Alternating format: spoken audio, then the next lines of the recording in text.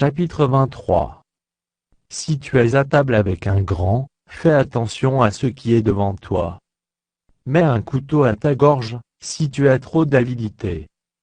Ne convoite pas ces friandises, c'est un aliment trompeur. Ne te tourmente pas pour t'enrichir, n'y applique pas ton intelligence. Veux-tu poursuivre du regard ce qui va disparaître? Car la richesse se fait des ailes, et comme l'aigle, elle prend son vol vers les cieux. Ne mange pas le pain de celui dont le regard est malveillant, et ne convoite pas ses friandises. Car il est comme les pensées de son âme. Mange et bois, te dira-t-il, mais son cœur n'est point avec toi. Tu vomiras le morceau que tu as mangé, et tu auras perdu tes propos agréables. Ne parle pas aux oreilles de l'insensé, car il méprise la sagesse de tes discours. Ne déplace pas la borne ancienne, et n'entre pas dans le champ des orphelins. Car leur vengeur est puissant et ils défendra leur cause contre toi. Ouvre ton cœur à l'instruction, et tes oreilles aux paroles de la science. N'épargne pas la correction à l'enfant, si tu le frappes de la verge, il ne mourra point. En le frappant de la verge, tu délivres son âme du séjour des morts. Mon fils, si ton cœur est sage, mon cœur à moi sera dans la joie. Mes entrailles seront émues d'allégresse, quand tes lèvres diront ce qui est droit.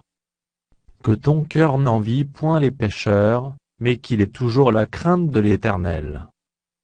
Car il est un avenir, et ton espérance ne sera pas anéantie.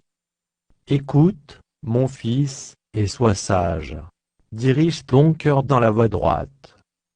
Ne sois pas parmi les buveurs de vin, parmi ceux qui font excès des viandes. Car l'ivrogne est celui qui se livre à des excès s'appauvrisse, et l'assoupissement fait porter des haillons. Écoute ton père, lui qui t'a engendré, et ne méprise pas ta mère, quand elle est devenue vieille. Acquiert la vérité, et ne la vends pas, la sagesse, l'instruction et l'intelligence.